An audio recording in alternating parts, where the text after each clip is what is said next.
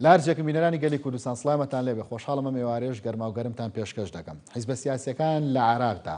لە ڕووکەشدا لەگەڵ هەڵبژاردننی پێشوەختن، بەڵام وەکو دەوترێ لە ناوەرۆکدا ترسیان لە دەرەنجامەکەی هەیە. لە ماوەی 7 ساڵی ڕابردوودا دەکرێت بوتری ئەمە سێم مۆدل یاخود میکانیزمی هەڵبژاردنە لە عێراقدا لە دوای لیستی داخرا و نیمچەکراوە ئەم مۆدلی لیستی کراوەی تەواوەتیە کاری پێدەکرێت. هەڵبژاردننی پێشوەختە یەکێک بوو لە داواکاریەکانی خۆپیشاندەران و خۆپیشاندەرانی کە توانیان دەست لە کارکێشانەوە بە سەرۆکوەزیرانی ئەو کاتی عێراق عادل عەبدولمەهدی بکەن. ئەمە ئەگەر یەکێک بێ لە داواکاریەکانیان ئەوان کۆمەڵە داواکاری دیکەیان هەبوو، ئایا مەترسی هەیە ئەو داواکارانی دیکەشیان سەر هەڵبداتەوە بە تایبەت گۆڕینی سیستمی حکومڕانی لە عێراقدا؟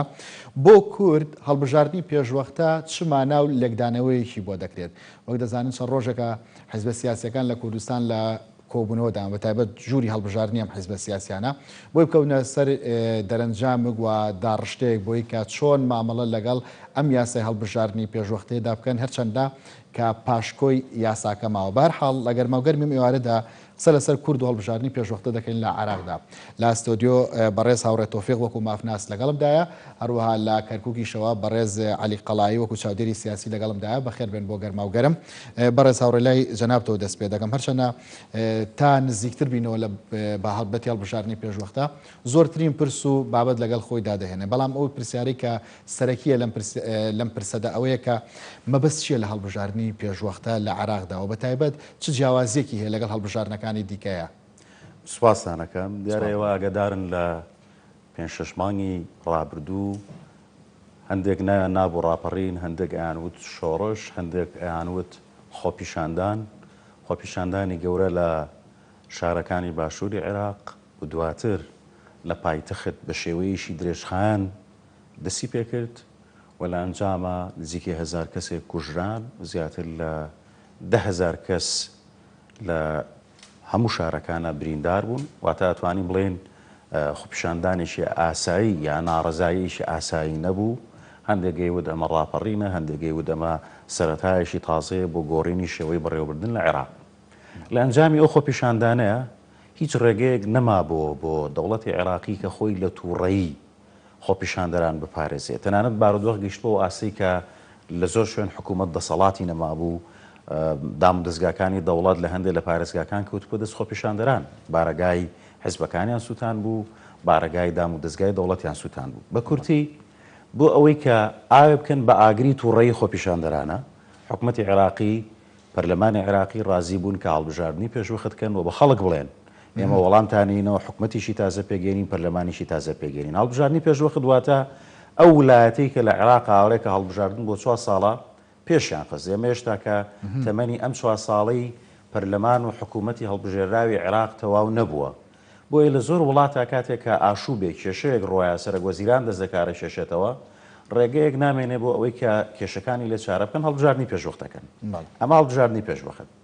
گرنگترین گۆڕانکاریەکان چین کە لە قانونی هەڵبژاردننا پەرلەمانی عێراق دەنگی لەسەرراوە. دووبارە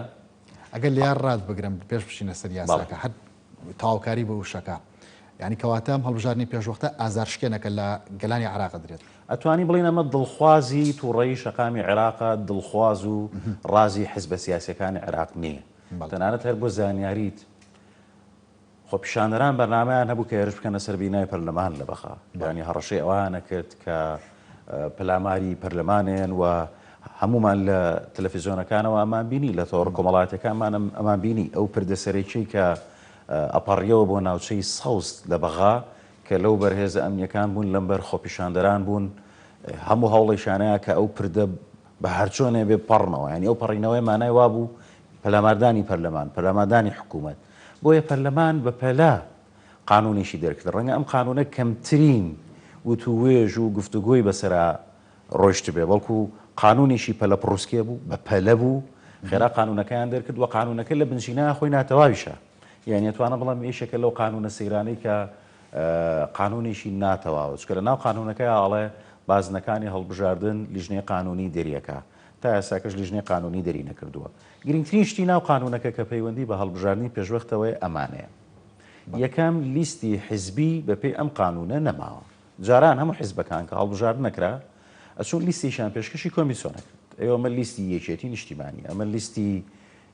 پارتی دیموکراتی کوردستان، ئەمە لیستی حزبی داوایە بە هەمان شێوە لە هەر پارێزگایەکە چەند حزب هەبووە بۆی هەبوو کاندید پێشکەشکە. من نمونە لەسەر سلێمانی هێنمەوە، مەسەن سلێمانی 18 کورسی بوو بە پێی ڕێنمایی کۆمیسیۆن بۆ هەر کورسیەک دوو کاندید دوو پاڵێ و ڕاوبیان هەیە ڕکابەری بکەن، کەواتە یەکێتی نیشتیمانی لەم 18 36 کاندیدی تەقدیمە کرد. یەکێتی نیشتیمانی خۆی ئازاد بوو، چێ کاندیدەکە، چێ کاندیدی ژمارەیەکە، چێ کاندیدی ژمارە 25 بە هەمان شێوە بۆ حیزبەکانی تریش. بەڵام لە ئێستا ئەمە نەماوە. هیچ حیزبێک بە پێی ئەم قانونە ئەگەر نەیگۆڕن هەمواری نەکەنەوە جاریشی تر ئەوەی کە تا ئێستا هەیە، هیچ حیزبێک لیستی نییە پێشکەشی کۆمیسیۆنی بکە، بەڵکو ئەبێت تاکە کەس خۆی بڕوا لە کۆمیسیۆن خۆی تۆمارکە. مەرجەکانیش ئاسانن، تەمەنی 28 ساڵی تێپەڕان بێ، بڕوانامەکەی لە ئامادەی کەمتر نەبێ و 500 ئیمزای دەنگدەرانی ئەو ناوچەیە کۆ بکاتەوە بۆ پشگیریکردنیە بێ بە کاندید. جگەلەوە کە خاڵیشی تری هەم جەوهەریە، جاران عێراق کرابوو بە 18 پارێزگاوە. ئێستا بە پێی قانونەکە ئەڵێ بازنی هەڵبژاردن لەسەر بنەمای قەزاکان بێ، واتە بۆ نمونەی کە باسی پارێزگای سلێمانیەکەین 15 قەزامانەیە 45 ناحێمانەیە، کەواتە تۆ بێ سلێمانی دابش بکەی بەسەر 15 بازنی هەڵبژاردنە. ئەمە شێشەی تێکەوتووە و هەرەمە شەوای کردووە کە لیژنەی قانونی پێی چارەسەر نەکرێ. بە پلەیشی نایاب کێشەکە سیاسیە، بە پلەیشی تری کێشەیەشی هونەریە. بۆ نمونە قەزاکان ژماری دانیشتوانیان هەمووی وەکو یەک نییە. قەزا هەیە 20,000 کەسە، قەزا هەیە 200,000 کەسە، قەزا هەیە 150,000 کەسە. لە حاڵەتێکا کە تۆ دێی لەسەر بنەمای 100,000 کەس ئەم قەزایانە دابەشەکەیت، کاتێک کە قەزایە کەمترە ئەچی لەگەڵ قەزایەکی ترە ئەیلیکێنی بێکەوەی بە عەرەبیڵێن دەمجیەکەی دووبارە لێرش کێشەیەشکە بۆ پیاابێ کە ڕەنگە کوتومت نەکاتە ئەو ژمارەی تۆ ئەتوێ، بۆ نمونە نەکاتە 300,000 کاتە 320,000 ئەم 20,000 تری چۆن چارەسەرکەین. یعنی کێشەی هونەری ئەلەم جۆرەیەتیای. کێشەی دووەم کێشەیەکە پەیوەندی بە مەسلەی دموگرافیاوە هەیە. عێراق هەندێک ناوچە هەیە ململانەی پێکاتەکانی تایە لە بینی کورد، عەرەب، شیعە، سونە، تورکمان، جارێکی تریش ئەمە ئاڵۆزی دروستەکاتەوە. تا ئێستاکە ئەمە پەسەند نەکراوە، یعنی بازنەکانی هەڵبژاردن تا ئێستا لیژنەی قانونی دەری نەکردووە. ئێستا مشتومڕ پێیا بووە، جاران حیزبەکان قسەیان ناکرد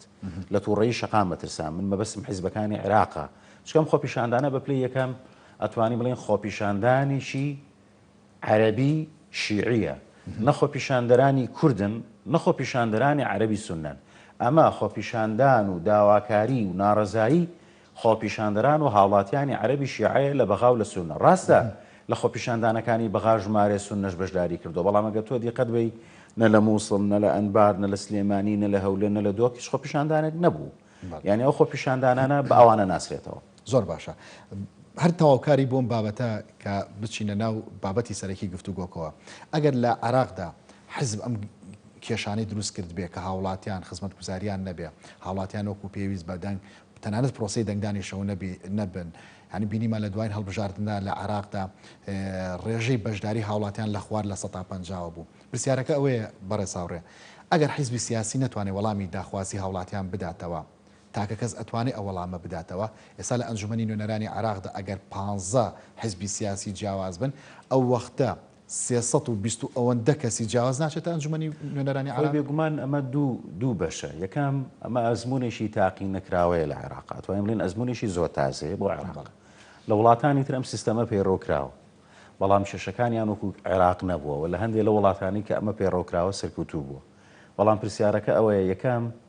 ئەمە مانای وانە کە حیزب دووبارە ناتوانێت بچێتە پەرلەمان، بەڵکو حزب بە ناڕاستەخۆ توانێت بچێتە پەرلەمان. یعنی بۆ نمونە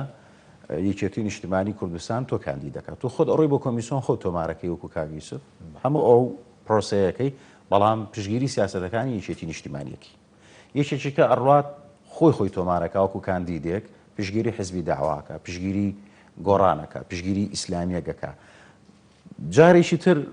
حزب دێتەوە بۆ ناو پەرلەمان، یان ئێمە کۆتایی پێهاتنی ژیانی حزب نییە، بەڵام ئەمە گۆڕانکاری لە سیاسەتی حزب بۆ هەڵبژاردنە دروستەکە. حزب ناچارەکە فەلسەفەی خۆی بۆ بەشداری لە هەڵبژاردن بگۆڕێت. چۆن؟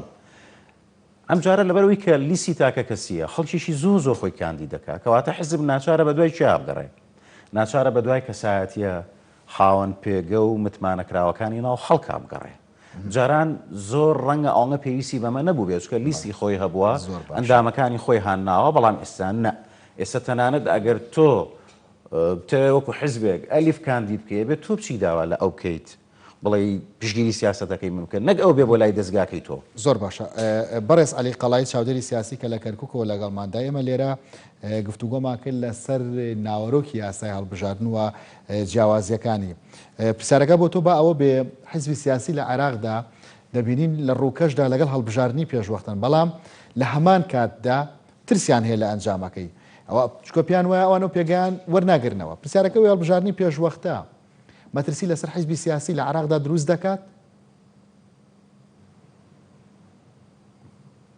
بەڵێ زۆر سپاس کاک یوسفجان. هەڵبەتە لە ئەنجامی خۆپیشاندنەکانی عێراقەوە ئەم داواکاریە دروست بوو کە یاسای هەڵبژاردنەکان گۆڕانی بەسرا بێ و لە هەمان کاتیشای هەڵبژاردننی پێشوەختیش دیاری بکرێت بۆ ئەوەی دەرفەتێکی باش هەبێت بۆ خەڵکیێکی زۆری دەرەوەی حیزبەکان بتوانن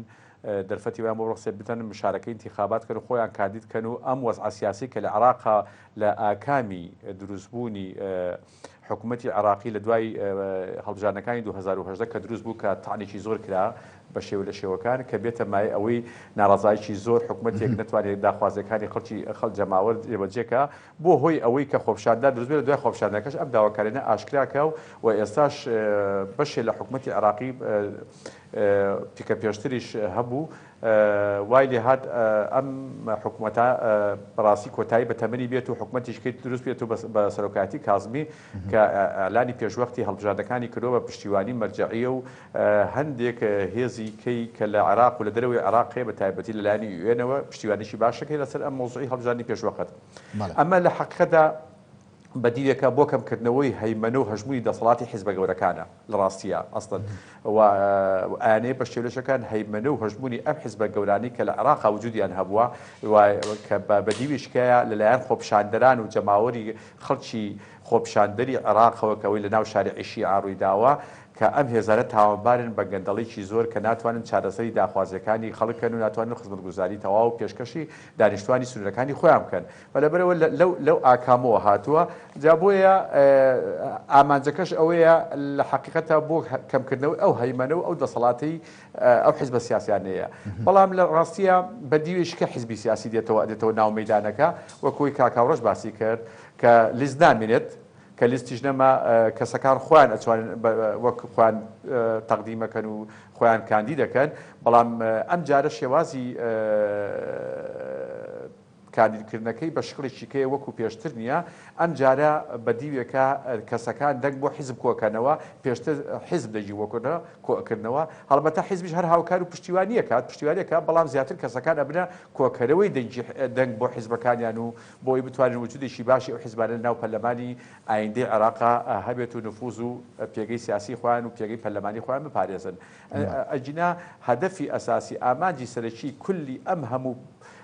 داواکاریە و ئەم هەموو پیشتانی کە کرا و ئەمەی کە نەخشەڕێگەیان بۆ داناوە کە هەڵبژاردننی پێشوەختی ڕێگەاندراوە تەنها بۆ کەمکردنەوەی هەژمون و هەیمەنەی دەسەڵاتی حیزبە سیاسیەکانە بۆی دەرفەتێکی کە زیاتر هەبێ بۆ خەڵکی دەرەوەی حیزبەکان بێنە پێشەوە بتوانن ڕۆڵی خۆیان هەبێت لە نەخشی سیاسی ئایندەی عێراقا. بەڕێز عەلی ئەگەر ئاماژەکە بچووکردنەوەی حیزبە گەورەکانە بە دیوەکەی تریدا هاتنە پێشەوەی حیزبی بچوو چ کاریگەریەکی هەیە لەسەر پرۆسی سیاسی لە عێراق؟ من بە تەسەوری من حیزبی بچووک هەر وجودی نامێنێت ئەگەر بێت و حیزبە بچووکەکان بە مەفهومای کە ئێستا هەوەسەریکەین و لەم هەڵبژاردنەشا تێڕوانمان بۆی هەبێت ئەسڵا حیزبی بچووک دەوری نامێنێت حیزبە گەورەکان دەوری خۆیان نامێنێتەوە بەڵام بەپێی ئەو کەسانی کە خۆیان پێشتیاریەکەن و بچن خۆیان کاندیدکەن بەڕێی من حیزبی بچووک لە هەرێمی کوردستانیشە هەر ئەمە ڕاستە و لە دەرەوەی هەرێمی کوردستانیش ئەم حقەتە ڕاستە حیزبی بچووک وجودی نامێنێت زۆر کاریگەری نامێنێت حیزبە گەورەکان لەبەرەوەی نفوز و خۆمان نەزانین لە هەڵبژاردنە نفوز زۆر دەوری هەیە نفوز بۆ کۆکردنەوەی دەنگ بۆ کاندیدەکان دەوریشی کاریگەری هەیە جا بۆیە ئەم حیزبە گەورانە بە هەموو قۆت و هێزی خۆیان کار ئەکەن فی سەبیلی ئەوەی ئەو کاندیدانی کە پشتیوانی سیاستەکانی ئەم حیزب بکات هەموو بە هەموو شێ پشتیوانیەکەن کەواتە حیزبی گەورە هەر وجودی هەر ئەمێنێت بەڵام بە شێوازیشکە خۆی ئەنوێنێت و بە شێوازیشکە نەخشی خۆی ئەجێڕێت جا بۆیە بەڕێی من بۆ ئەمە ناتوانێت بەڵام لەوانەیە بەزەقی نتوانن ئەو شتانە بکەن بەزەقی نتوانن کەسەکان دەرکەون بەڵام ئەو حیزبە سیاسیەتە بەڕێی من و ئەم ئامانجی زیاتر کە ئەڵێ حیزب بنێ لە حیزب هەیمنە بێت زیاتر حیزبە بچووەکان پێگەیان نامێنێت حیزبە گەورەکان پێگەیان ئەمێنێت لەبەری بەدیویشکاتوان بەرخوردکەن لەگەڵ ئەم یاسا تازەیە و ئەم واقع تازی کاتە پێشەوە بەڵام حیزب بچووەکان بەڕێی من لە عێراقیش و لە کوردستانیشە هیچ دەورێش و کاریگەریشی زەحمەتە بمێنێ بتوانن ئەو جدیان بێنە اللهم ئەگەر بکرێت بۆ خۆیان تحالفاتێکەکەن هەندێک خەڵک بە اتفاق پێشنیار بکەن و کە بێت تەمسیلی سیاسەتی ئەوە بکات. بەڵێ ئەگەر بینە سەر بابەتەکەی کە سەرەکیە بابەتی کورد هەڵبژارنی پێشوەختەیە ئەم هەڵبژارنە پێشوەختە بەڕێز عەلی ینی بۆ کورد چمانایەکیەوە وە بەتایبەت لە ناوچە کوردستانەکانی دەرەوەی هەرێم جیاوازی دروست دەکات بەتایبەت کە بەڕێز هاوڕێ بەشێکی باس کرد کە لەو ناوچانە کێشەی دیموگرافی هەیە. لە ڕاستیە هەڵبژارنەکە کاکەڕۆژ باسی کرد من بۆ خۆشمان لە حەزمان زۆر لەسەری هەیە ئەوەی سەش تەواوی یاساکە بۆ خۆی یاریبرین یاسای هەڵبژارنەکە لە بەردەم هەموارکردنەوەیە بە تایبەتی مادەی 15 ئەوی باس لە فرەبازنەی یەکات و مادەی 16 تا ڕادێ هەنێکی پێوەستە بە مەسلەی ئەوەی ئەندامەکەی بەحکەمی اتحادیە و مانەشتێک لە نەبووتەوە بەڵام ئەوەی مشتومڕۆ زۆرەکە هەیە لەسەر ئەسڵی خودی چەند باز نەبێت چەند باز نەبێت و بازنەکان بە چی میکانیزمێ دابەشکێت ئەوەی کە ئێستا من کە بەرچاوم ڕوونە و تا ڕادەیەک ئاگام لێتی سێ تەسەور هەیە بۆ دابشکردنی یان سێ داخوازی هەیە یان سێ پێشنیار هەیە بۆ دابشکردنی ئەم بازنانە چۆن بن. تەسەورێکی قایمەی سەدرەکان هەیە تایبەتە بۆ لە قایمەی سایرین تایبەتە بۆی کە ئایا بە پێی ئەو 329 کاندید مەقعدەی کە لە پەرلەمانی عێراقیە هەیە ناقص کۆتاکانی ژنانی لێ دەرکەن تەواوی ئەو ئەوانیکە کە ماوەتەوە ناقص ئەو عەدەدا ئەمانە هەر هەمووی بکێتە هەر یەکە و بازنێکی انتخابی بێت واتە ینی بۆ هەر مەقعدێک یەک بازنێکی انتخابی بێت عێراق ئەو هەدابشکێ بەم خاریتە نەخشە ڕێگایە بێت بەم شکڵە. تەسەوری ئەمە لە حەدی ما هەندێک لایانی کە هەیە ینی هەندێک کوتلی سیاسیکەیە پێچوانی ئەبڕێیان هەیە هەندێکی کە ڕێیان وایە کە تەواوی بڵێن هەر بازنێکی هەڵبژاردن 4 مەقعدی بێت 4 کورسی بێت ئەیتر شارەکە چەند چۆن دابش بووە مەسەن ئەگە 12 بۆ نمونە کەرکووک باسەکە من ئەگە کەرکووک خۆی 12 کورسی بۆ دادرا ئەم 12 کورسیە ئەگەر حسابی ئەوەی بۆ بکەن ئەبێتە سێ بازنە بەو شێوە دابەشیکەن تەسەوریشی کەشێ هەر ئەوەی یاڵێ گوایە لەسەر بنەمای قەزاکان دروستیکەن بەڵام بنەمای قەزاکان خۆی ئیشکاتێکی گەورەی هەڵەگرێەوە کاکاوڕێش پێم وابێ شتێکی باس کرد لەسەر ئەو ئیشکالەتە ئەوەیە چێمە هەندێک قەزامان هەیە عەتەبەی ئینتیخابین ینی ناتوانێت بازنێتەوە ینی بەپێی بۆ ناوچە کوردستانەکانی دەرەوەی هەرێم کامیان پێشنیازێکی باشە یاخود ئێوە وەکو خۆتان کە خەڵکی ناوچە کوردستانەکانی دەرەوەی هەرێمن پێشنیازی دیکەتان هەیە؟ بەڵێ خۆی لە ڕاستیە بۆ ئێمە پێشوەخت کە ئێمە کارمە لەسەری کردووە ئەم هەڵبژاردنەش خۆ دەزانی هەموو هەڵبژاردنێک و یاسای هەڵبژاردن بۆ منطقی جێناکۆک زۆر هەستیارە زۆر ئەهمیەتی خۆی هەیە یعنی دەبێت زۆر بەدیقەتتر لە شوێنەکانی کە دەبێت لی بڕوانین و کاری لەسەر بکەین و ئەمجارە بە حکمی ئەوەی ئەم یاسایە تازەیە نوێیە و بە نەگەر بۆ ئێمە بەڵکو بە تەواوی دەنگدەری عێراقیش ئێمە ئەو سەقافە ئینتیخابی شێوازی دەنگدانمان بەم شێوازە تاقی نەکردوێتەوە ئەمە دەبێت پێشوەخت ئامادەکاری باشی بۆ بکەی بۆی دەنگدەر ڕابێنی لەسەر شێوازی ئەم جۆرە هەڵبژاردنە ئەمە دیوێشی کەشی بۆ منطقەی جێناکۆک بۆ لای ئێمە کات خۆت پێشتر هەر لەسەر یەک بازنەی کارمان کردووە بەس لە 2005 لێ دەرچێت کە عێراق تەواوی یەک باز نەبوو لە دوای 2005 بەدواوە عێراق بە پێی پارێزگاکان هەر پارێزگایەک و بازنیە بووە ئێمە توانیمانە و ڕابردوش باشتی بەڵگە بوو بۆ ئێمە کە توانیمانە ئیشی باشی تیا بکەین و هەمیشە پێگەی کوردمان پاراستووە پێگەی کورد پارێزراوە لەم ناوچانە توانێتی حزوری کورد هەبووە و پێگەکەی خۆی پاراستووە بەڵام ئەم جارە بۆ ئەم مەسلەی فرەبازنەیە سەلبیات چیە و ئیجابیات چیە بەڕای من بەڵام ئەگەر بێت و کورد بە یەک ڕێزی بە جوانی بە دابشکردنی دەورەکان تەوزیعی ئەدوار بکات لە نێوان هێزە کوردەکانە بۆ ئەوەی بتوانین ئێمە بتوانین دەنجی باشتر بینیان 50 زائیدیەکی ناوچی بەتایبەتی کە ئەڵێم کەرکووک کە کەرکووک پایتەختی ناوچەی جێناکۆکە ئێمە لە کەرکووک ئەو ڕۆڵە ئاها بەو شێوە بژێڕین ئێمە بە قانزاز بۆ ئەتوانین بۆ خۆمانی بشکێنینەوە لە کاتێکە کە ئێماڵێمە تەوزیعی ئەدوارەکەین لەبەر چی لەبەر ئەوەی بۆ حەسمکردنی کورسی ینی بۆی تۆ بتوانانی وەکو کەسەکانی تۆ بیباتەوە ئێمە پێویستمان بەوەیە کە نسبەی مشارک زیاد بێت چەند نسبەی مشارک ینی دەنگدەر زیاد بەشداری هەڵبژارنەکەکە بۆ ئێمەی کورد قانزاجە و زیاتر کورسی زیاتر ئەتوانین مسۆگەرکەین جا بۆ ئەوە کەیتە سەر کورد خۆی چۆن ئەتوانێت مامەڵی لەگەڵکە من ئەوەی ئاگام لێ بێت مەکتەبی هەڵبژاردننی یەکێتی نیشتمانی کوردستان چەند سیناریۆیان ئامادە کردووە بۆ هەموو ئەم مەفرە بازنەیە سیناریۆیان داناو بۆی بەرخوردی لەگەڵا بکەن و بۆی بتوانن بە قانزاج بۆ هەم بۆ منطقەی جێلاکۆک و هەمیش بۆ هەرێمی کوردستان بە شکلێکی تەندروست ئاماژەی بکەن و شتێکشم لەبیر چوو باسیکەم تەسەوریش کەش لە پەرلەمانی عێراقیە هەندێک لایەن پێیان وایە ئیش لەسەر یەک بازنەیەکەن لە کاتێک مۆزوع یەک بازنەی بەڕێی من کۆتایی پێ هاتووە ئەم مۆزوع جاری کە هیچ ناکرێتەوە لەبەری یاساکە بەبووتە مەبدەئیشی سابق زەحمەتە کە دەستکاری ئەو کرد جاریش کە بەمگەڕین بۆ یەک باسنەی بەڵام ئەوەی عەرزم کردی کە ئێستا ئەگەر بێت و بە شکڵێکی تەندروست ئێمە وەکو کورد بە شکڵێکی تەندروست بتوانین تەوزیعی ئەدوار بکەین لە کەرکووک زۆر باشە با لە ڕووی یاسایەکەشەوە بەڕێز هاوڕێ پێگەی کورد پارێزی سەرنجی خۆی بدا بەڕێز هاوڕێ لە ڕووی یاساکەوە کە داڕێژراوە تا ئێستا یاساکە مەترسی لەسەر پێگە و نفوزی کورتیە لە ناوچە کوردستانەکانی دەرەوەی هەرێم بەپێی ئەم قانونە ئەگەر نەگۆڕێ بەم شێوەیە کە ئێستا هەیە کە تۆ وتت لیست بۆ بە تاکە کەسی کەواتە بە جۆرێک لە جۆرەکان بریتە لە پەرتەوازەکردنی دەنگ ئەمە ڕەنگە لە بازنەیەکە ئەگەر لەسەر ئەساسی قەزایە بێ پارێزگایەکیش بێ کە یەک پێکاتی تایە بێ زۆر کێشە نەبێ ئەو کاتە تەنها کێشە بۆ حیزبەکانە بەڵام لەو شوێنانەی کە نەتەوە و ئاینی جیاوازی تایە ململانەکە لە بینی ململانەی حیزبایەتی نییە ململانەی نەتەوەیی و تایفیە کێشەکە قوڵترە کاتەوە بۆچی بۆ نمونە من نمونە لەسەر کەرکووک گەهێنمەوە لە خەڵکیشی زۆر خۆی هەڵەبژێرێ جاران خەڵک ئەبوو حیزب هەڵی ببژێرێ ڕاستە لە ڕابردووشا قانونەکە ڕێگەیەدا سێ کەس بەیەکەوە دوو کەس بەیەکەوە لیستێک بۆ خۆیان پێک بێن بەڵام پرۆسەکە ئاڵۆز بوو بەڵام ئێستا لیستەکە بە تەواوەتی تاکە کەسیە کەواتە تۆ پێشبینی ئەوە بکە کە لە دەرەوەی حیزبەکانیش سەدان بگرە هەزاران کەسی تر خۆیان هەڵبژێرن کە ئەمانە خۆیان هەڵبژێرن خۆمانە هەمیان ناگەنە کورسی ینی بۆ نمونە باڵێن ئەڵێن ئەمە نمونە لەسەر حەویجێنینەوە ئەڵێن حەویجە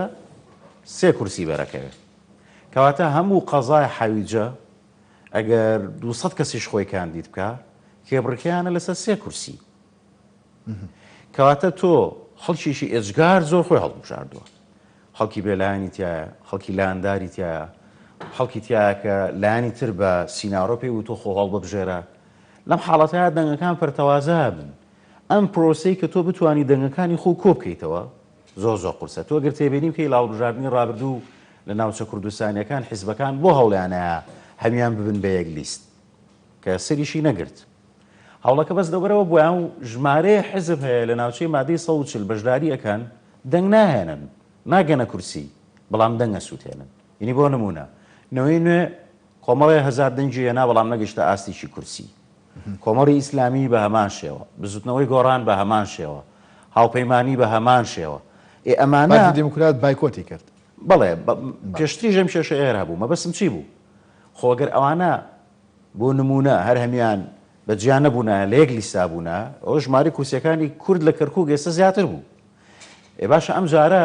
پەیوەندی نییە بۆی بڵێ ئێمە ڕێکەوتنی سیاسی ئەەکەین یان نایکی چکە لە ڕێکەوتن دەرچووە هاوپەیمانەتی بە پێ قانونەکە بۆ دواییە لە ڕووی عملیەوە ناتوانانی تۆ هاوپەیمانەتی بکە یان ئەگە سیاسیان ڕێژ بکەوی بە عملی ناتوانانی چکە بۆ ناتوانانی ئەلیف ئەوێ خۆی کاندید بکە حیزبی ئەلیف پشگیری ناکە خۆیش خۆی کاندید دەکە هیچ کەسێ ناتوانە ڕێگە لە یەکێکی کە بگرێ یعنی بۆ ئەم لیستی تاکە کەسیە بەڕای من لە ناوچەی جێناکۆک بۆ کورد کێشەیە پێگەی کورد لەو ناوچانە زۆر کەمەکاتەوە ئەمە ڕاستیەکە ڕاستی دووەم بۆ ناوچەکانی تری دەرەوە کە پەیوەندی بە کێشەی نەتەوەیی تیانە بۆ نمونە سلێمانیە بەسڕێ نەجەفە کە ئەمانە یەک پێکاتن بەڕای من ڕوویشی ئیجابی هەیە ڕۆ ئیجابیەکەی چییە پێشەشی باسم کرد ئێستا تۆ زیاتر باسیەکەم خەڵکیشی زۆر یەکێک لە هۆیەکان هەموو هۆیەکاننا گلەی هەیە لە پەرلەمان کە پەرلەمان لاوازە ژمارەیەشی زۆر لەوانەی کە بوونەتە ئەندام پەرلەمان ئاستیان توانایان لێوەشاوەییان شارەزاییان زۆر سنووردارە دیارە بێگومان خەڵکی شارەزا و خەڵکی بەڕێزیشی تایە بەڵام ئەمە ئەگەر من تو ئێستا بچین ڕاپرسیە بکەین لە ناو خەڵکە هەبوو کەسم قسەیەکە و ئەم قسەیە بەس قسەی کورد نییە، قسەی هاوڵاتیشی بەغاییە، بەسڕاییە، نەجەفیەکە، موسڵاویەکە کە ئەڵێ خەڵکانێک چوونەتە ناو پەرلەمانەوە کە تۆ بە شایستەی نازانی نوێنەری تۆ بێ، بەڵام چووە بۆ چکە حیزب کاندیدی کردووە و حیزب پژگیری کردووە و حیزب دەنگی بۆ کۆ کردوێتەوە. بەس ئەم جارەکە لیستەکە بۆ بە لیستی تاکە کەسی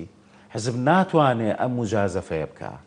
بەڵکو حیزبێ بێ بگەڕێ بە دوای هەرە کەسە زیرەکەکانە، بە دوای هەرە کەسە باشەکانە، بۆ چکە کێبڕکێکە زۆر بەهێز بووە. یعنی من نمونەی سلێمانی بۆێنمەوە، ناوبازنەی شاری سلێمانی، ناوەندی شاری سلێمانی، ئێمە ئێستا نزیکەی 950,000 کەسێکی، یعنی حسابی بکەن 9 کورسی، با بڵین کەمتر 8 کورسی، لە 9 کورسی کەمتر نابێت. یعنی ناو شاری سلێمانی، هەموو ناو شاری سلێمانی 9 کورسیە. دڵنیا دەکەمەوە لە ناو شاری سلێمانی بە سەدان ئەگەر نەڵێن بە هەزاران خۆی کاندید دەکات. جاران وان نەبوو، جاران 5-6 حیزبتە بوو، هەمووی کۆب کردایەتەوە مڕەشەحەکان بە هەموو حیزبەکانەوە نەوێت چۆ سێسە کاندید. وانە ئێستا ئەبێ بە سێقات و چوارقاتی کاندید. ئەم کاندیدانە شتێکەڵاون وەکو بۆم باس کردی، هەندێکیان پشگیری حیزبێکەکەن، هەندێکیان خۆیانن، هەندێکیان خەڵکێکی تر پێی وتون بەس خۆتان هەڵبژێرن بۆی دەنگ کەمکەنەوە. یعنی بەڕای من ئەم جارە بەنسبەت ئەو شوێنانی کە کێشەی نەتەوایەتی تیان نییە، ئەمە ئەبێتە هۆی ئەوەی کە کوالەتی کاندید بەرز بکاتەوە. بەڵام لەو ناوچانەی کە کێشەی نەتەوەیان هەیە ئەتوانین بەدیوەکەی ترا قسە لەسەر ئەوە بکەیت کە ئەمە گۆڕین نفوزە بە بابەتێکی دەستوریانە لەو ناوچانە و جگە لە کورد شیعە و سونە پێی ڕازی بێت. ئەمە لە بنچینەیە ئەمە قانونی دڵڕازیکردنی تووڕەیی شەقامە، بەڵام چ شەقامێ؟ شەقامی کوردینە، شەقامی سونەژنە، ئەمە تووڕەیی شەقامی شیعەیە. من بەڕاستی وەکو ڕەخنەیەکی ژێوە وەکو ئەحمەدی خانی ئەڵێ شەرحی دڵی خۆ بکە فەسانە و زین و مەمکە بە بەهانە. ئەوان بابەتی هەڵبژاردنیان هەڵبژاردنیان هێناوە، بەڵام ئاماژە سیاسەکانیشان تێکردبێ. بەڕاستی باەکشتە پێ بڵێم ئەمە بەپێی ئەزمموی خۆ من 10 ساڵ بەڕێوەبەری گشتی بوو لە کۆمیسیۆنی هەڵبژاردنەکە. ئەو حقایم بخۆم کە هەڵسەنگان نێ بکەم. لایەنەکانی کە سیناڕوانێ کورچی سیناڕۆیشی نییە، من ڕێزمێ بۆ هەر قسەیەکە لەو بارەوە. سینارۆ بە چ مانایەک تا ئێستا تۆ بیستوتە بە شێوەیەشی فەرمی سینارۆ بێ سینارۆ لەناو کوتلەی پەرلەمانە پێشکەشی بکەیت. سەبوو نمونە ئێمە فراکسیۆنی یەکێتی نیشتیمانی کوردستانمانێ، فراکسیۆنی پارتیمانێ، فراکسیۆنی گۆڕانمانێ. تۆ قەت بینیوتە کەسێکی میدیاکاری لە پرس کۆنفرانسێکا بینیوتە فراکسیۆنی یەکێتی نیشتیمانی کوردستان لە بەغا بڵێ ئەمە سینارۆی کوتلەی یەکێتی نیشتیمانی کوردستانە بۆم هەڵبژاردنە؟ بیستوتە من باسی جوڵە ناکەم لە پشتەوە پارتی دموکراتی کوردستان یەکێتی نیشتیمانی حیزبەکان کۆ بنەوە ڕاگۆڕنەوە لەسەر مەسەلەکە چێ نییە؟ ئێستا بۆ دڕوونەکەمەوە ئەبێ کوردواز لە هەموو شتێ بێنێ لەسەر یە خاڕێکەوێ. ئەویش ئەوەیە کە مادەی 140 بە شێوەیەشی تایبەت مامەڵەی لەگەڵا کرد، یعنی سینارۆیەشی تایبەت بە هەڵبژاردن بۆ ناوچەی مادەی 140 دابنرێ. یعنی ناکرێت تۆ بێی دابنیشی بە هەمان منطقی بەسڕە و نەجەف و کەربەلا مامەڵە لەگەڵ ناوچەی مادەی 140 کەی، چکە ئەم ناوچانە لە ئەساسە ئێستا خۆی لە بارودۆخێکی تایبەتتران. ئێستا دەسەڵاتی حکوومەتی مەرکەزی بەسەرا سەپێنراوە، ئێستا بارودۆخەکە جۆرێکی ترا، ئێستا کورد لەو ناوچانە هیچ دەسەڵاتێکی وای نەماوە. جارێکی تر تۆ بەم قانونە بێتە هۆی ئەوەی کە لەگەڵمدا بمێنەرەوە ئەستا بە شوێکی ڕاستەوخۆ ڕێکەوتنی ئاشتی ئیسرائیل لەگەڵ ئیمارات و بەحرین بە نێوەنگیری ئەمریکا ئیمزا دەکرێت بۆتان نەگوازینەوە.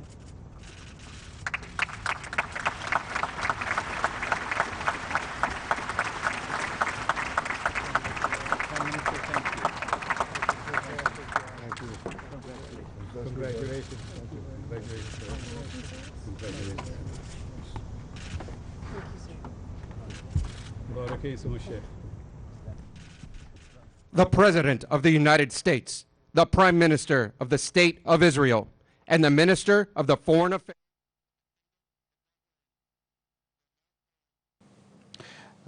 دەگەڕێنەوە بۆ پێشکەشکردنی گەرما و گەرم بەرە هاوڕێ لە پرسی ئەوە وەستانە بیت کە سیناریۆکانی سبەر منە یەکێک لەو سیناڕۆیانە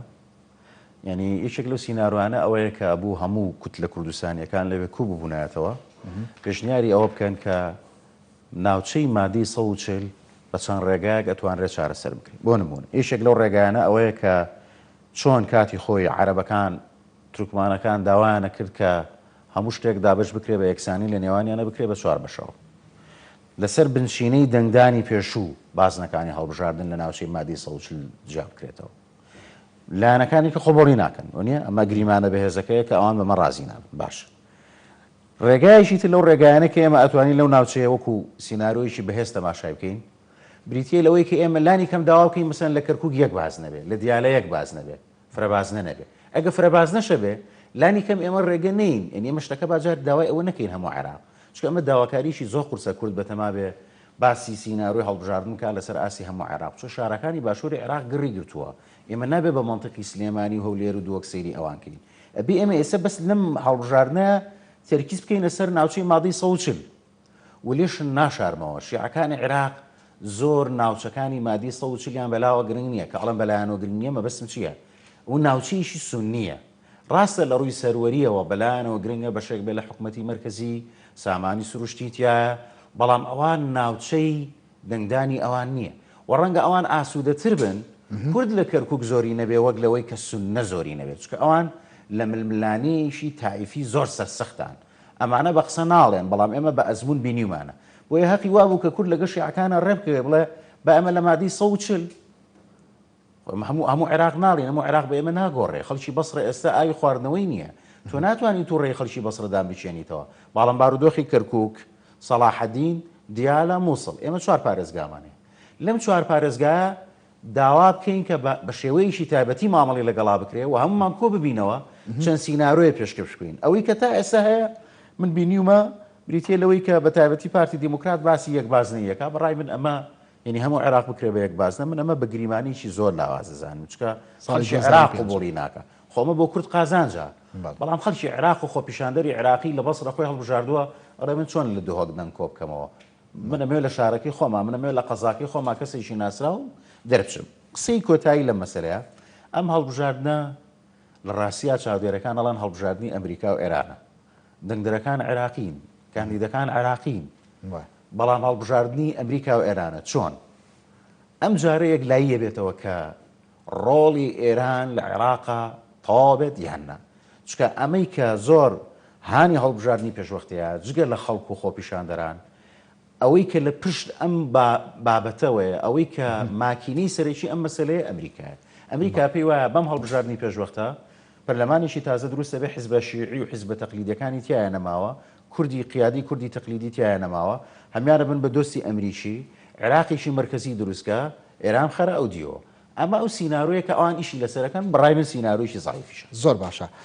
بەڕێز عەلی ئەگەر هەڵبژاردننی پێشوەختە ئامانجە سەرێکەکەی نەبوونی خزمەتگوزاری بێت لە تەواوی عێراقدا بۆ ناوچە کوردستانەکانی دەرەوەی هەرێمی کوردستان پرسێکی نەتەوەیش دروستەکات ئانی بە دیوەکەی تریا بە ڕوونتر قسەکەین کاریگەری لەسەر پرسی نەتەوەی دەبێت لە ناوچە کوردستانەکانی دەرەوەی هەرێم بەڵێ هەڵبەتە من پێشتریش باسم کرد وتم مەسەلەی هەڵبژاردن هەر هەڵبژاردننی پێشوەخت و یان لە کاتی خۆیان ئەنجام برێت هەڵبژاردن لە منطقەی جێناکۆک هەستیاری خۆی هەیە چونکە بۆی ئێمەی کورد هەمیشە ئەو هەڵبژاردنە ئەبێتە دیکۆمنتێک بۆ ئایندە بۆ هەر تەسویرێک بۆ لە بۆ ئایندەی شاریکردن ئەبێت وەک تەسویری دێت چۆن کاتی خۆی مەسەلەن بۆ نمونە ڕاپرسی کاتی خۆی لە تعدادی عام بوون لە 50 تاکرێت ئێستا 50 بۆتە بنەمایەک بۆ هەموو ئەو هەندێک جار بۆ ئەو قەزاری کردێتە پێشەوە بۆ حەسمکردنی 50 تەکە لە بنەما بۆ ئێمەش هەروایە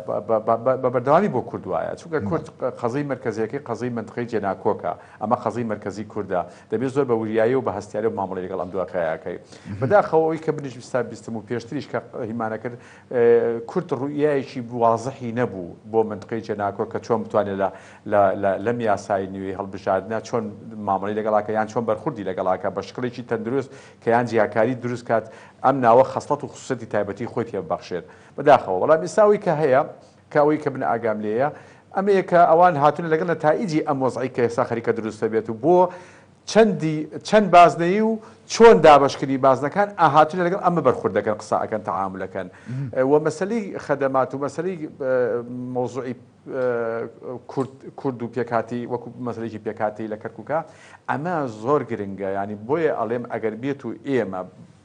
وەکو کورد وەکو پێشتریش تاڕادی لە حەدیدما ئەم جارە بەشکرێکی باشتر لە جاران بێن تەوزیعی ئەدوارەکان بکەین تەوزیعی ئەدوارەکان بکەین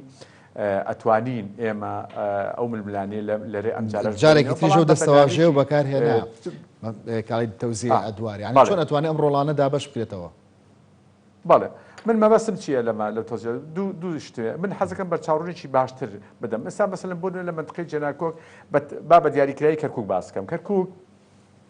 ئێمە بۆ منطقەی ئێمە لە منطقەی کوردەواریە منطقەی مغلقمان هەیە لە منطقەی عەرەبیش منطقەی مغلقی هەیە بەس ئەوەی کە ئەموت حیزبیان پێکاتی بچوو تیا ئەچێت تورکمانیە تورکمانەکان لە فرەبازنەیی زەرەرەکەن زۆر وازحیشە دیارە و خۆشیان نیان شاردۆتەوە بە ئاشکەش باسی ئەم مۆزوعیان کردووە دەشان شاردۆتەوە ئێمە لە منطقەی بڵین بۆ نمونە لە منطقەی هەر منطقەی شۆڕجە هەر لە منطقەی شۆڕجەیە 800,000 دەنگدەری کوردی لێیە ڕقەمیشی کەم نییە ئیسیهانی پێ ناکرێت مەسەلەن لە منطقەی ڕەحیماوە کە هەوانان منطقەی داخراون مغلقن مەسەلەن ئیمام قاسم 62,000 دەنگدەری تایە ڕەحیماوە 800,000 دەنگدەری نزیکەی 800,000 دەنگدەری تایە تقریبا لە 70 بۆ 800,000 دەنگدەری تایە ئەمە بەپێی ئاخر مستەجاداتی تازەی عادەی انتشاری بڵین ناخبین لە کۆمیسیۆن ینی ئێمە ئەم منطقەی مغلقن يعني ئەتوانین زۆر باشی سوودی لێبێنین و تەوزیع ئێوارەکان چۆنە کاکە مەسەلەن بۆ ئێمە ڕاستە وەکو حیزب لیستمان نابێت بەڵام ئەو شخصانی کە ئێمە دین لەگەڵ حیزبەکان اتفاقەکەین و کەس مەسەلەن بۆ نمونە لە منطقەیەکە تێکڵاوە ئێمە ئەتوانین بۆ ئەم منطقە تێکڵاوە لە جیاتی ئەوەی دوو کاندید سێ کاندیدمان هەبێ یەک کاندیدانین بە اتفاق لەگەڵ لایەنەکانی کەی خۆمانە تەوزیع ئەدوارەکەین ئەلێ دەنگە دەین بەو کاندی خۆمان وەکو حیزبێکی کوردستانی خۆمانە لە شوێنێکی کە ئێمە لە منطقەیەشیکەی داخرایی خۆمان تەعویزی ئەوە ئەکەینەوە بۆ ئەو حیزبە مەسەلەن ئەتوانین ئێمە بکەین چونکە لە دەرەنجامە ئێمە وەک کورد یەکەم جار دەبێت تەعامل بکەینەوە کورد دەبێت دەنگی کورد کەم نەکات بەڵکو 50 زائید یەک بێت ینی 50 زائید یەک خراپە ینی ئەوەیە جا بۆیە ئێمە ئەتوانین بەڵام ئەمە پێویستی بە چیە پێویستی بە لێک تێگەیشتنی تەواوی هێزە سیاسی کوردستانیەکانە بۆ ئەوەی بێتە هاندەرێکی لە هەمان کاتە بۆ ئەوەی ئەم یەکریزیەوە ئەم تەوزیع ئەدوارکردن ئەتوانێت بێتە هاندەرێکی تەواو بۆ تەواوی مشارەکەی زیاتری دەنگدەر لە منطقانەیە بەڵام ئەگەروانەکەین وەکو کاکا ڕۆژ باسی کرد ئەکید سلبیاتی هەیە سلبیاتیشی زۆرە ناشارینەوە بەترسیشی هەیە بەڵام ئەگە بتوانین بەم شێوەیە کاری باشی لەسەرکەین و بتوانین ئەمە ئەم تەوزیع ئەدوارە بکەین پێم وایە ئەتوانین گرەوەکە بەرینەوە لێرە وەک جارەکانی پێشوو چۆن بووە ئەتوانین ببینەوە بەڵام بەغێری ئەمە بەڕاستی قورسە بەرخوردکردن لەگەڵ زۆر قورس دەبێتەوە و پێشتر ئێمە عەزم کردی سەقافەیەکی انتخابی وامان نییە لە شەس شێوازی بازنەکان چۆن دەنگەکان چۆنە بێ و چونکە ناخبی ئێمە زۆر ئەو شارەزای دەوێت کە ئامادەکاری باشی بۆ بکەین بەڵام ئەگەر عەزم کردی بەو شێوەی کە من ئەڵێم کورد هەموو جوودی خۆی لێرێ بەگەڕ بخات و هەموو بە شێوەیە کار بکەین بتوانین ئەو تەوزیع ئەدوارانە بکەین بەڵێ ئەتوانین زاڵبین بەسەر ئەو گرفتانە ئەو ئەستەنگانی کە لێرە ڕوومانە بێتەوە و ئەتوانین بە قانزاجی خۆمان بیشکێنینەوە بەڕێز عەلی لە قسەکانی پێشوویدا بەڕێز هاوڕێیە وەکو ڕەخنە بێ یاخۆ وەکو سەرنج بێ ئاماژەی بۆدا کە فراکسیۆنە کوردەکان لە بەغدا ڕەچەتەی کامپێنیە بڵێن ئەمە سیناریۆ ئێمە بۆ هەڵبژاردننی پێشوەختە لە عێراقدا تۆش ئاماژەت بۆدا کە یەکێتی بۆ فرەبازنەی لە عێراقدا پلانێکی هەیە ئێوە ئاگادارن شێوازی پلان و مامەڵی یەکێتی چۆنە؟ بەڵێ لە ڕاستیە کاک یوسف ئێمە لە حەقەتە لە دوای خۆپشاندانەکان بەڕێز سەر و کۆمار بە تەنسیق لەگەڵ هەندێک لایەنە یاساییان داڕشتەوە هەر یاسایکی زۆر خراپ بوو بەڕێز سەر و کۆمار خۆی یاساییان داڕشت یاسایکی زۆر خراپ بوو ئێستا و یاسای هێنانە پەرلەمان جاری کە تعدیل کرایەوە ئێستا جاری کە ئەم یاسای لە بەردەم تعدیلیشی تازەوە ئەم یاسا تازەش لە بەردەم تعدیلاتایەوە ماوەتەوە یعنی ئێمە دەبێت پێشوەخێت بۆ ئەوەی ڕاستە لە نەتیجەی خۆپشاندانەکانی شاریعی شیعی ئەم داواکاری دروست بوو و ئەم یاسایە نینکراتەوە مەجلیسی مفۆزین تازیان دروست کردێتەوە و کۆمەڵی خەڵکی قوزات بووەتە دەوری هینی مفۆزی نەبین و مەکتەبی وەتەنیان گۆڕانکاریان مەسەلە هێناوە ئەمە لەنجی ئەوان بووە ڕاستە دەبێت داخوازیە سەرنجەکانی ئەوان جگەکەیتەوە بەڵام لە عینی کاتە خۆ ناکرێت داخوازیەکانی منطقەی جێناکۆک و هەندێک شوێنێکی کە خەسڵەت و تایبەتمەندی تایبەتی خۆی هەیە لە بەرچاو نژیرێت ینی ئەمانەش دەبێ حسابی ئەوە بکەیت ینی ئێمە خۆسەر کۆمان ڕاستە سەرۆکی هەموو عێراقا بەڵامعینی کاتە لەلایەن کوردە لێدان هینکراوە و بەتفاق لەگەڵ پێکاتە لایەنەکانی هەیە بەڵام خۆ دەبێت خەمی و هینی ئەساسی ئەم منتخانی لە بەڵام بەسی پرسیارەکەی منەوە بوو شێکەوری جا کوتلەکانی کەش ناماشک ئەوان کوتلەکانی کەش نەخێر هیچ سیناریۆشی پێشوەختیان نەبووە کاگویسف هیچ سیناریۆشی پێشوەخت نەبووە لەبەرەوە یاساکان ئەوان دەریان کردووە ئەوە کورد هاتووە بەرخورد لەگەڵ ئەم یاسایەکە ئەوێ بە شێوەیەک مامەڵی لەگەڵکە بە کەمترین زەرەر لی دەرچێت هەوڵدا بە کەمترین زەرەر لی دەرچێت ینی ئەمە قەزەکە ئەنجینا پێشەوەی کە برین سیناریوی پێشوەخت هەبوو بێت بۆ ئەوەی ئەم سەباق بێت لەوەی کە بتوانێت شتێک سیناریوشی هەبێت و بتوانێت ئیشی لەسەر کات و خستەتی منطقی خۆی لە بەرچاو بگرێت و بە شکلێک تعامل لەگەڵ یاساکە جگای بکاتەوە بە تعاملیش تایبەتی لەگەڵ بکات لە وەڵان نەبووە و بەداخیشەوە خۆزگا ببووایە لەبەرەوەی ئێمە لە بیرمان لەچەوەی کاکە ڕۆژ باسی کرد ئەم منتخانە زۆر هەستیارە هەموو نەتایجێکی ئینتیخابات حساباتی خۆی کرد لەسەرەکە لە بۆ تەسویەکردن بۆ ئایندەی شاری کردبوو هەموو نەتیجێکی هەر ئینتیخاباتێک ینی ئەوە من شتێکی تازە پێشتر کە هەموو بینەرانی شێنمەوە مەسەلەن بۆ نمونە لەسەر ئەم مۆزوعە ئێمە ئاگامان لێبوو لە 2005 بەدواوە کە هەڵبژاردننی ئەنجومەنی پارێزگاکان کرا لە تەواوی عێراقا کەرکووکی بەز ئەو جارە هەڵبژاردننی کرد دوای ئەوە ویستمان چەندێ مەحاولەمان کرد لە کەرکوو 10 ساڵ داریش بووین چەند ئیمان کرد کە بتوانین لە منتخانە جارێکی کە لەگەڵ پارێزگاکانی عێراقا ئێمە هەڵبژاردننی ئەنجومەنی پارێزگاکان ئەنجام بدەین پێمان نەکرد عەرەب و تورکمان بوونە بەربەستێکی گەورە ئەیاوت ئیلا دەبێ ئەم منطقەی خەستەڵی تایبەتی خۆی بێ یان لانی کەم بەپێی ئیستحقاقی قەومی کورسەکان دابەشکەین بەپێی ئەوەی کە هەیە چەند کورسی ئەو تورکانە بەپێی وەکو یەک دابشکێت ئەگە 12 هەرێکە 4 کورسی بێت ئەگە 16 هەرێکە 4 مەسەلەن هەرێکە هینە بێت بەپێی ئیستحقاقی پێکاتی خۆمان یعنی بە یەکسانی دابشکرێت مەبەستم یعنی گرفتێکی زۆریان بۆمان دروست کرد و لە دەرەنجامان نەیان هەتا کاتە ئەوەی کە تەواوی مەچی محافزەکان ئەوە هەڵوە شێدرایەت و هینەکانیشان تعلیق کراوە کەواتە ئەوان ئەتوانین ئەو ڕۆڵە بژێڕن بەڵام خۆیان توانی ئەم جارش کوردیشی توانی ئەگەر ئەم منطقەی مامەڵیشی تایبەتی لەگەڵا بکرایە و پێداگیری لەسەر ئەو کرایە کە دەبێت لەبەرێ منطقەیەکی هەستیارە تعاملکردن لەگەڵا زۆر مامەڵی تایبەت یعنی چۆن وەکەوەی کە بەڕێز هەوڕێ ئاماژەی پێدا کەرکووک بکرێتە یەک بازنی هەڵبژاردن دیالە بکرێت یەک بازنی هەڵبژاردن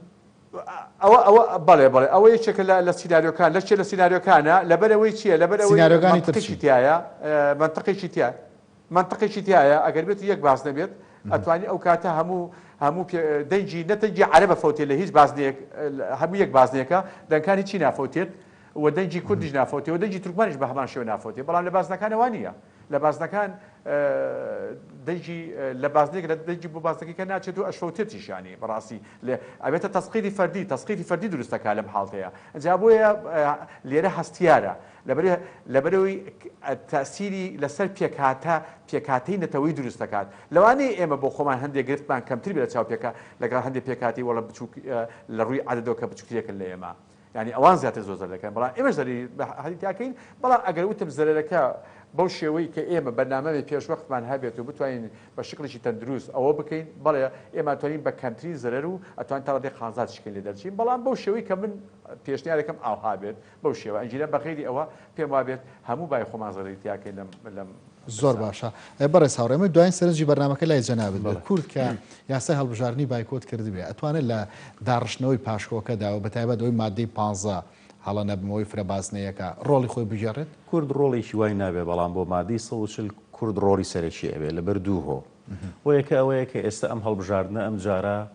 لەبەر سلماندنی دادپەروەری و پاکوبێگەردی هەڵبژاردن شەقامی عێراقی سەرکردە سیاسیەکان مەرجعی باڵای شیعی سیستانی هەموو داواکەن کە لەژێر چەتری نەتەوەیەگرتووەکان نابێ و نەتەوەیەگرتووەکان ڕۆڵێکی کاریگەری هەبێت تەنانەت نەتەوەیەگرتووەکان ئەتوانم بڵێم کە ئەوان ئەندازیاری ئامادەکردنی ڕەشنووسەکە بوون چونکە کاتی خۆی ئێمە چەند ڕەشنووسێکە بوو بە زانیاری هەموو لایەک ڕەشنووسێک سەرۆکایەتی کۆمار ئامادەی کردبوو لە قانۆنی هەڵبژاردن ئەوە فرامۆش کرا ڕەشنووسێکی تر هەبوو ئەنجومەنی وەزیرانی عێراق خۆی ئامادەی کردبوو بە ڕاوێژ لەگەڵ تیمی نەتەوەیەگرتووەکان ئەویان نرد بۆ پەرلەمان و لە پەرلەمانی جارێکی تر هەمواریان کردەوە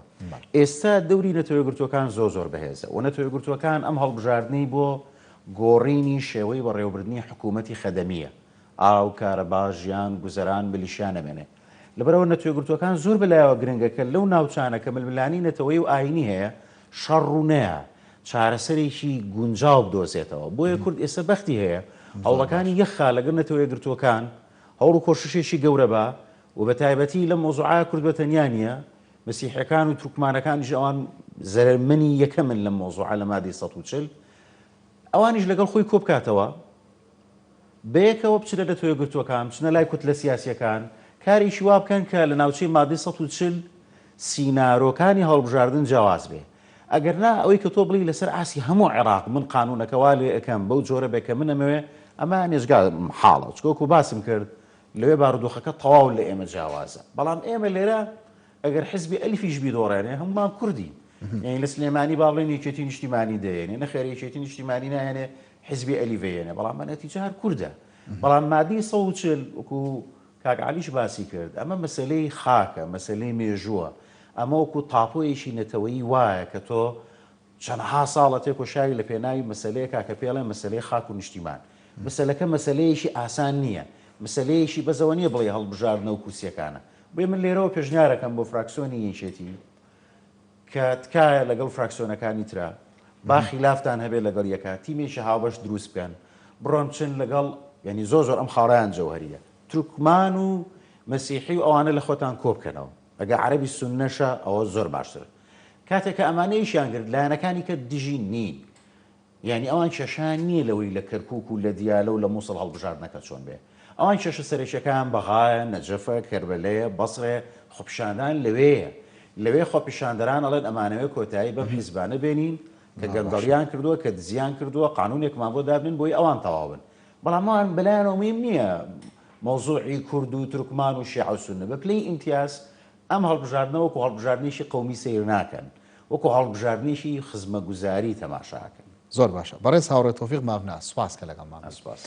هەروە بەڕێز عەلی قەڵایی چاودێری سیاسی سوپاس بۆ تۆش کە لە کەرکووکەوە لەگەڵماندا بووی سەرنجێکت هەیە بەڕێز عەلی یەک دقیقە ئەگەر یەک سەرنجێکم هەیە ئێمە بۆ منطقەی کەرکووک حەق بوو برادرانی ئێمە پێشنیاریشم کردووە برادرانی ئێمە ژە شتێ بکەن زۆر مهمە کاک یوسف ئەوەیە ئەگەر مادام هەرفرە باس نەیە بەڵام داوا بکەین لە کەرکووکە دەنگدان بە بیتاقەی بایۆمەتری تەویلة الئەمەد بێت ئەوەی درێژخایەنە ئێمە ئەتوانین بۆ ئەوەی سوودیش بۆ ئێمە زۆرە بێت بیتاقەی تەویلة الئەمەد واتە درێژخایەن نە کورتخانەکە چونکە کورتخانەکە هەمیشە وەم بۆ عێراقیش هەر باشە لەبەرێت دائیمەن نەزاهەی ئەگە بتێ نەزاهەی انتخابەکە پارێزراو بێت دەبێت دەنگدان بە حەسڕەن تەنها و تەنها بە بیتاقەی بایۆمەتری تەویلة الئەمەد واتە درێژخایەن بێ غێری ئەمە پێم وایە زەرەری تیاکەین و نەزاهەکەشی کەمە بێتەوە انتخابەکە بەڕێز عەلی قەڵایی چاودێری سیاسی سوپاس بۆ تۆش ئێوەش خواتان لەگەڵ